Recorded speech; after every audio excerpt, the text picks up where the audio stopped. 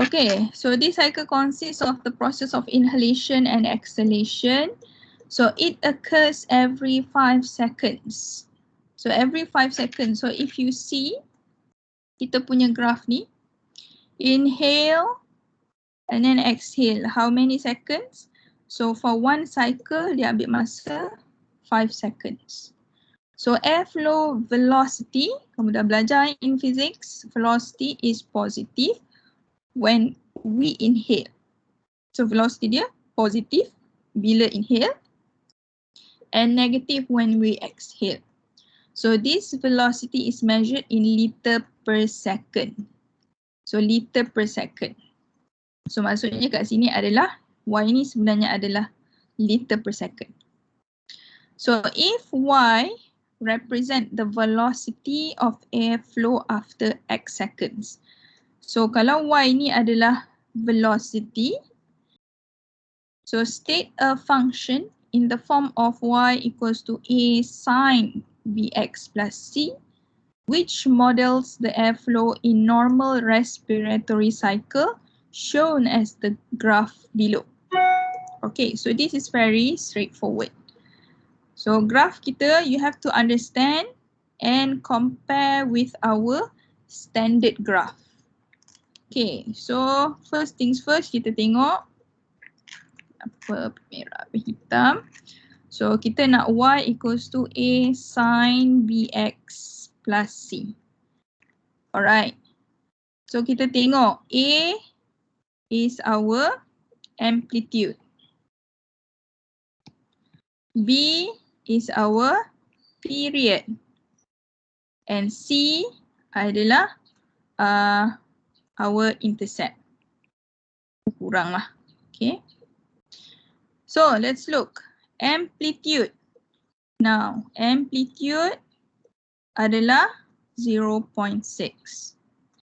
So jadi A saya adalah 0.6. Period. So period saya sekarang adalah 5. Okay. So jadi macam mana saya nak letak period ni? B. Adakah saya letak 5 saja? Okay, sekarang you compare. Dulu saya ada Y equals to sin X, di mana B saya adalah 1, period saya adalah 360 degree. Okay. So macam mana you nak tukar kan? Sekarang period you adalah 5. So B saya nak letak berapa? How would you do this? Anyone ada idea ke? Okay. Tak ada idea? Okay, saya anggap je lah macam ni. Alright. So kita punya formula untuk sin adalah period equals to 360 degree divided by B.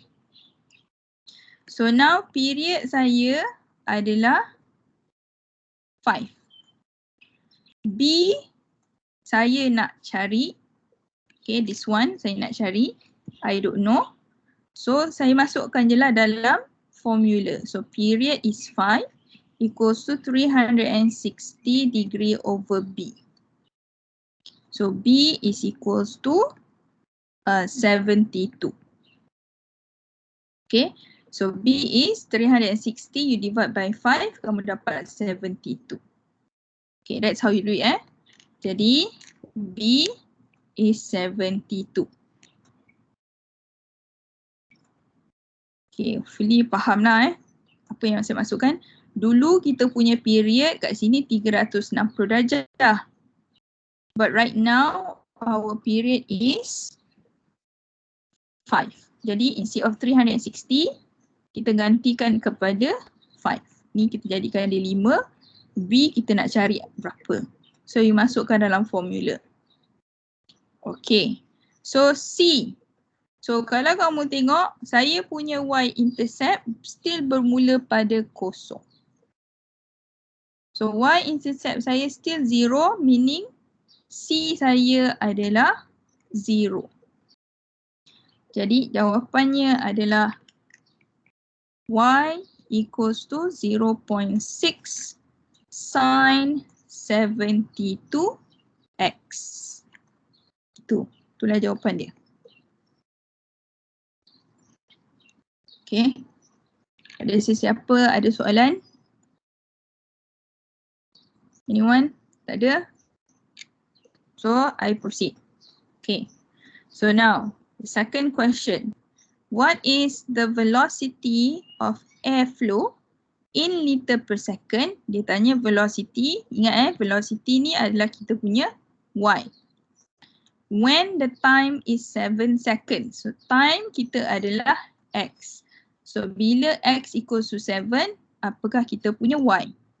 So, everything depends on your function in A. So, you bawa function u dari A. Buat turun sikit. So, B. Y equals to 0.6 sin 72x. Dia kata apakah nilai y bila x saya adalah 7. Okay, 7 seconds. Alright, so you substitute x equals to 7 into your function. So y equals to 0.6 sin 72 times 7. Ini kena selesaikan dahulu. Okay, sebab sin dia mesti ada dengan sesuatu value dekat sini. So y equals to 0.6 72. You multiply with 7, you get sin 504. So tekan kalkulator keseluruhannya. You multiply dengan 0.6, kamu akan dapat 0.35.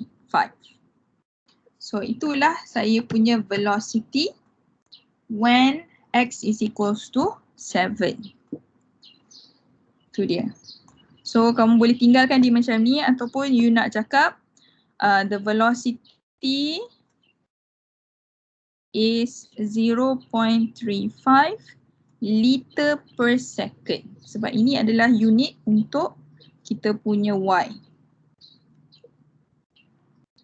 Yang ni Hopefully kamu nampak lah ni y kita. Okay. So that is how you solve problems involving graph. So usually bila involve problems graph ni, dia akan suruh kamu come out with the trigonometric function based on the graph. So sebelum ni kita buat adalah kita sketch graph based on the trigonometric function. So sekarang solving problems usually dia akan bagi graph, you interpret dalam bentuk function. So the other way around. Okay. So kena tahulah A adalah kita punya amplitude, B adalah period kita, ada formula untuk period. Okay, C adalah kita tengok kita punya y-intercept kat mana. So dia kat atas atau kat bawah. Kalau kat atas dia positif, bawah dia negatif. Okay, let's look at example 2. So the diagram on the right, ni sepatutnya dalam buku teks on the right lah. So below shows the view from the top of a lighthouse and the coast. Okay, kalau yang coklat ni adalah coast. Ni pandangan dari atas. Lighthouse saya sebenarnya dalam bentuk menara kan. Jadi tapi pandangan atas dia bentuk bulat.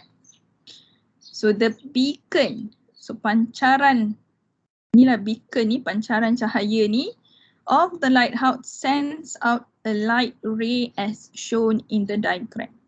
When the beacon rotates, the light ray moves along the coast at an angle x. Maksudnya bila dia bergerak, tak kisahlah bergerak ke bawah ataupun ke atas, dia akan pancarkan coast kita. Alright. So write a function for the distance s. Okay, so if you see here, ini bukannya bentuk graf sin, cosine, and tangent. Tapi dia adalah dalam bentuk unit circle. So bila you bagi unit circle, kamu tak boleh guna function yang macam y equals to y equals to a contoh sin bx plus c. So dalam bentuk unit circle you cannot do this. This is not how you begin.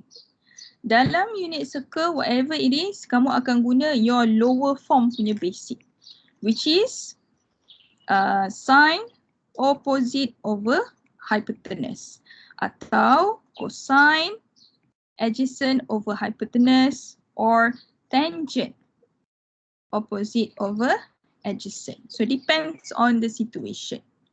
Okay, let's see. So dia nak you write a function for the distance s.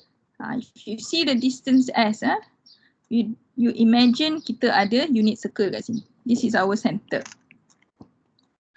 Alright, so unit circle. So s is this one.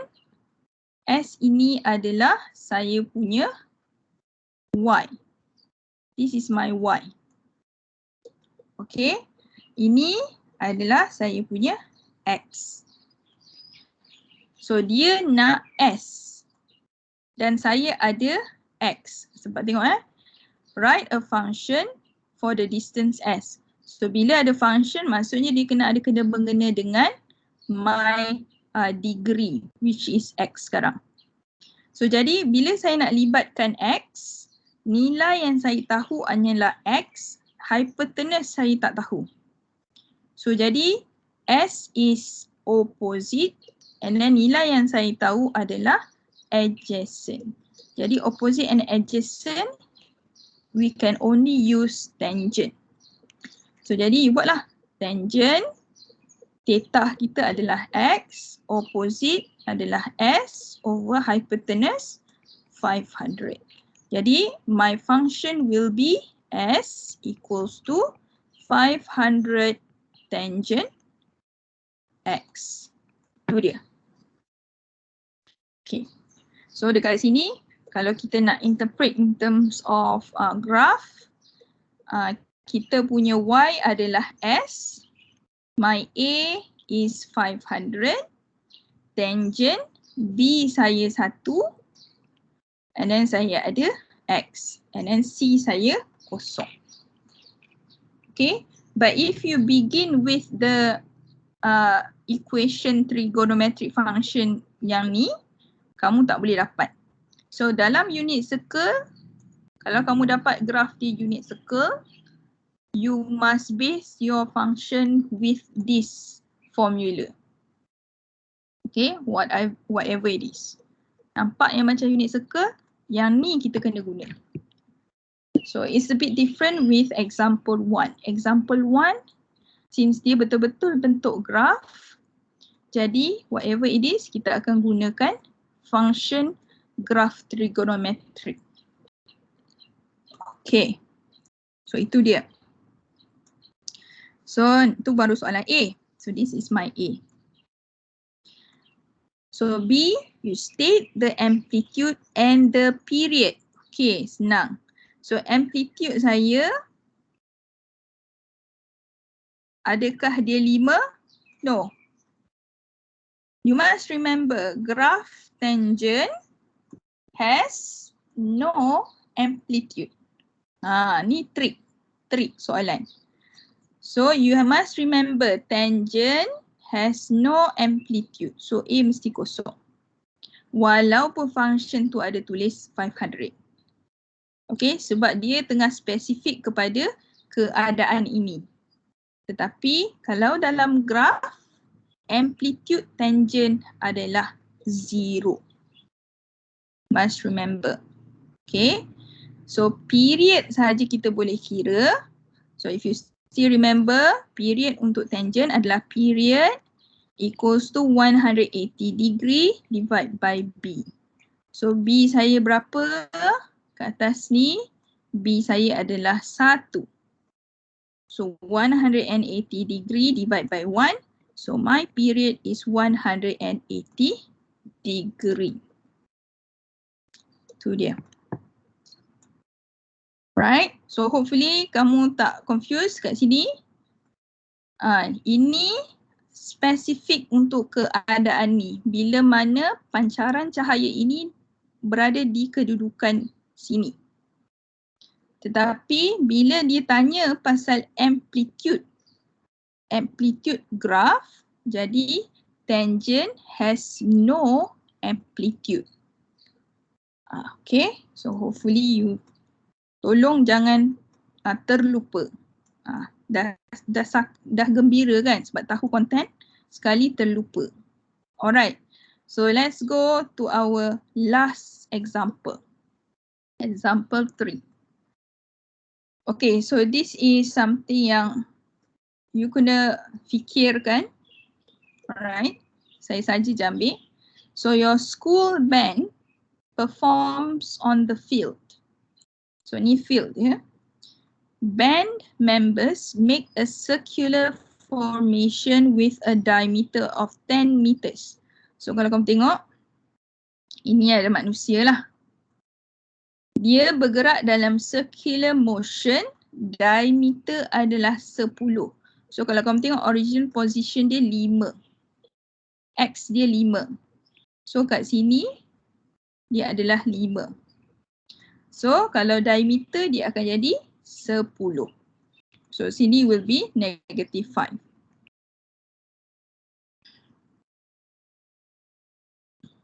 Tak nampak sebab kepala dia pun warna hitam. Okay. Alright.